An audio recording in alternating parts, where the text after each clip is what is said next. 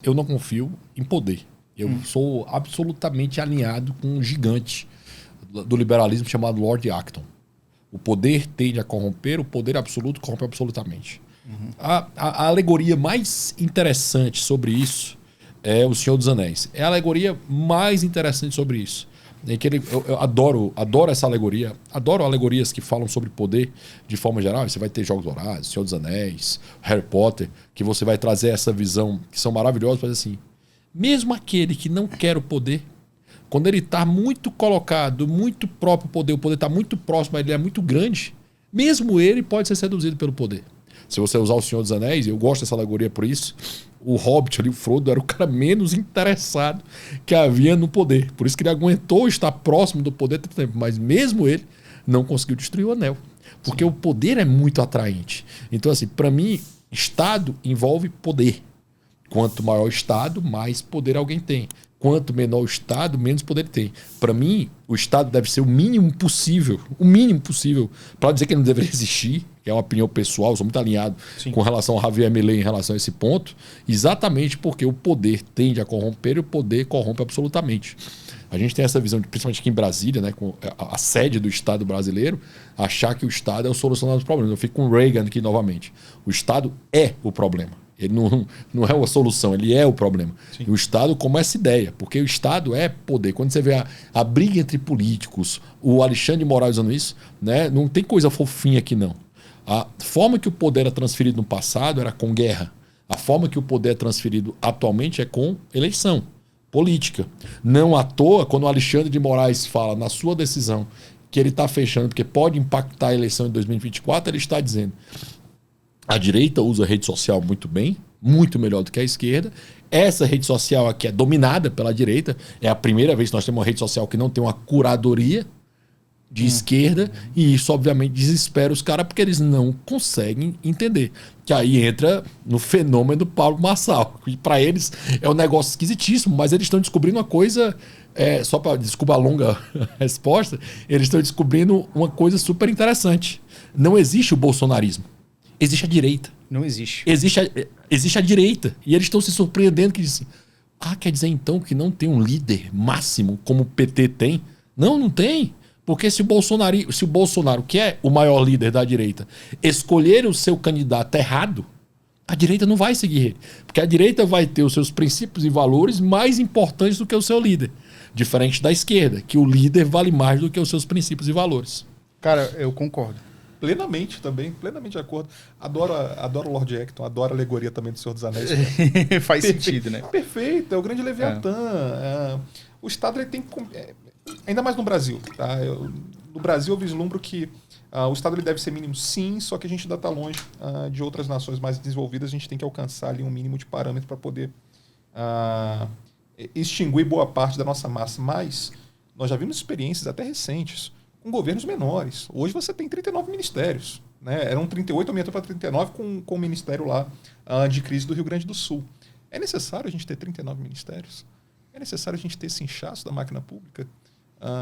E aí a gente volta a debater reforma administrativa que o governo não quer debater, a diminuição da máquina e todo aquele caos. Uma coisa que foi feita no governo Bolsonaro, ele extinguiu um importante ministério que foi reerguido no governo Lula. Vocês lembram o nome desse ministério?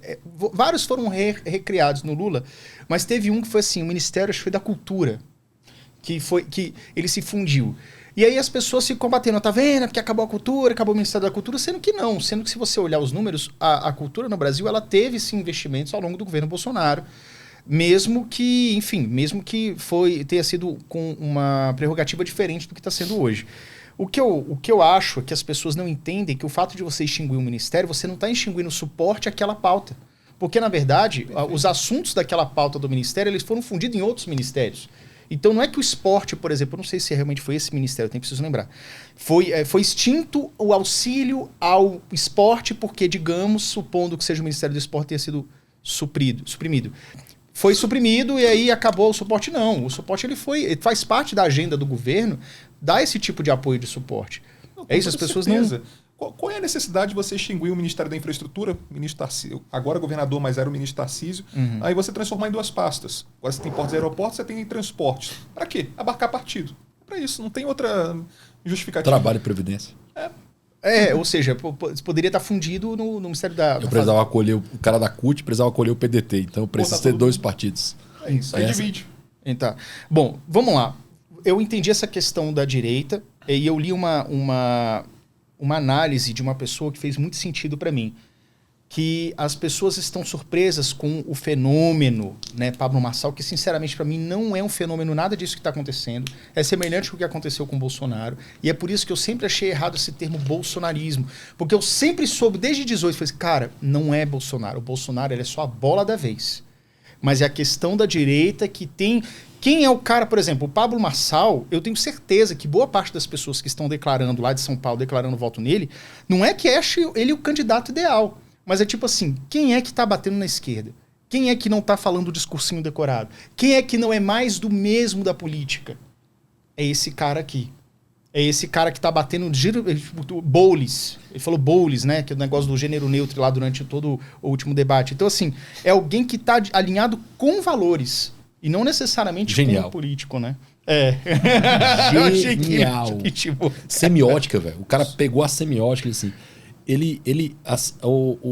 A graça do Marçal, primeiro ponto, o Bolsonaro é um líder super importante da direita. Ele é, ponto. Você pode gostar, ele é o maior líder da direita hoje.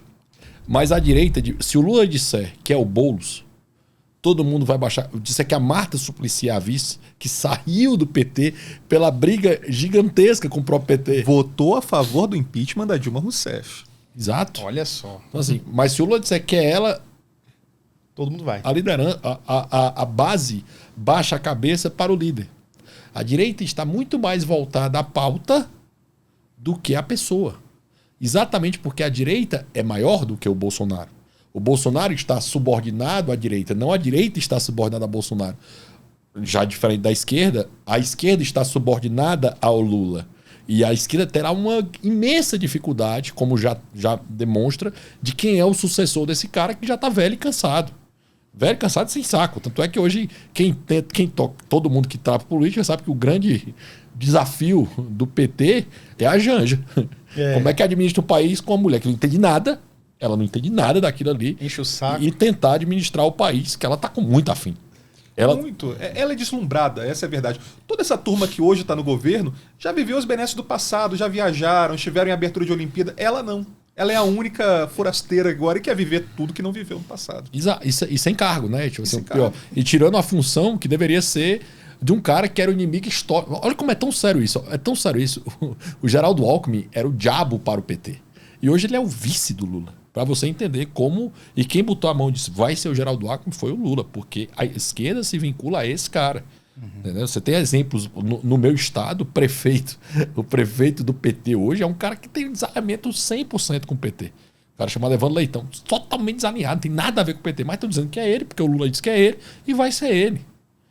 E as pessoas simplesmente aceitam, diferente do que acontece na direita. Ai. Bolsonaro apoiou o Nunes e tá aí falando, ninguém foi pro Nunes mesmo. E não vai, porque o candidato natural da direita em São Paulo seria o Ricardo Salles. O grande candidato que a direita todo mundo esperava seria o Salles. Foi o mais votado, tinha sido ministro do Bolsonaro, estava dentro do partido do Bolsonaro. Fazia imenso sentido ser o Ricardo Salles, o candidato do PL. Na hora que você vai apoiar um cara do MDB, centrão absoluto, alinhado ao opositor do Tarcísio, na última eleição, Rodrigo Garcia, que é o coordenador da campanha do cara, alinhado ao MDB histórico, né, que foi sempre alinhado ao PT, até o Temer assumir, sempre alinhado ao PT. E hoje, mais uma vez, alinhado ao PT nacionalmente. E você coloca um cara que não tem repercussão, que até um dia desse ninguém sabia quem era. Né? Se você perguntar para os paulistas, há 2 anos atrás, você pergunta, quem é o prefeito de São Paulo? Não sabia. Era o Bruno... Eu só tô sabendo agora por causa desse fuso. Não, era o Bruno Covas. Tipo assim, você sabe, o Bruno Covas foi eleito. Foi eleito. Certo? Para isso. Então, assim, você sabia isso. O cara era um vice. Ele era um vice. Ele era um vice de composição como apagado. É próprio. Não, como é próprio do MDB. O MDB é um partidão. Então, assim, ele é próprio do MDB. É um baita partido. Estou sendo claro isso. Eu discordo 100% da pauta do MDB, mas ele é um baita partido em termos de organização, de fluxo, de processo. Ele consegue eleger muita gente. E ele está ali sempre na base. O MDB faz parte da base da prefeitura, do governo, da União, porque é da característica dele depender do Estado. Então, dentro da lógica, dentro da perspectiva do MDB, ele é um baita partido. Eu discordo 100% da pauta dele, mas dentro da perspectiva dele, ele é um partido gigante. E nessa construção e nessa forma de colocar, Yuri e Juan, o cara era um ótimo vice para um cara que tinha base política, tinha voto. Era o PSDB histórico que o paulista gosta, certo? O paulista sempre respeitou esse cara, elegeu o Alckmin, elegeu o PSDB a vida inteira. O Covas era uma representação do Estado. Então o paulista gosta desse cara assim, meio... assim, o cara que fica no meio, o limpinho. Ele gosta disso. Só que aí o que é que aconteceu? Nessa eleição, não há o limpinho. Não há o limpinho. O Rodrigo Garcia é do MDB. Então, por si só, tira ele de ser limpinho. A Tabata é a Tabata. Assim, ela vai ficar ali no núcleo. Ela vai ser sempre eleita deputada federal. Ela vai agradar o núcleo do rico com culpa. Ela vai agradar do rico com culpa. O rico com culpa. O socialista de iPhone vai votar nela. Não, é o rico com culpa. Parmínio Fraga, eu sou bilionário. Não, só tenho culpa que eu preciso... É aquela famosa... A famosa profecia da terceira via, né? Ficar em terceiro. Isso. Mas medalha de bronze é uma medalha. Pode até que ela nunca seja prefeita, mas deputada, ela forever, eu acho que ela vai ser, né? Marina Silva carrega isso até hoje. Marina também, Silva, a Maria do Rosário, pessoas que estão ali vão cara, ficando. Só que aí você vê o debate dela, aí você coloca uma menina querendo parecer uma Margaret Thatcher. Ela nunca será. Nunca será, porque ela é chata, ela é arrogante, entendeu? Ela até é preparada, mas é preparada no sentido da visão política da centro-esquerda ali. Eu discordo 1000% da pauta dela. Mas é uma moça que estudou, que entende alguma lógica, tem isso, né? Mas é muito estranho, porque o mercado financeiro ouve aquela mulher como se ela fosse alguém alinhada a ela. Aí você vê a votação, é como pegar, vai no ranking dos políticos, vê a votação da Tabata. A votação dela, gente, é completamente oposto do que ela fala. Por exemplo, ela fala assim, eu sou a favor da segurança porque a cada tantos minutos um celular é roubado em São Paulo. Mas você vai defender segurança com iluminação, botar poste de luz? Não, mas não foi ela que votou contra todos os aumentos de pena, endurecimento de pena no Congresso Federal? Ela votou contra o marco das ferrovias, o marco da cabotagem. Então, assim, é bem distoante até, pensando em debêntures de infraestrutura. Tudo. Pensando em mercado financeiro. Tudo aquilo que melhoraria o mercado, ela foi contra. É muito louco isso. E o mercado, se você for em São Paulo, o pessoal diz, não, nossa representação... Eu converso com o pessoal do mercado financeiro, até porque como eu sou do Instituto de Mercado da Frente do Mercado, é um mercado muito próximo a gente. E eu digo assim, pessoal, vocês não estão entendendo. É inimiga de vocês. Talvez uma das principais inimigas. Porque é inimiga que parece que se faz de amiga. Exato, porque o ponto é o seguinte, o que vocês têm que ficar claro, que o que eu percebi justamente no ranking dos políticos, a Tabata, ela vota contra pautas que ela defende no debate.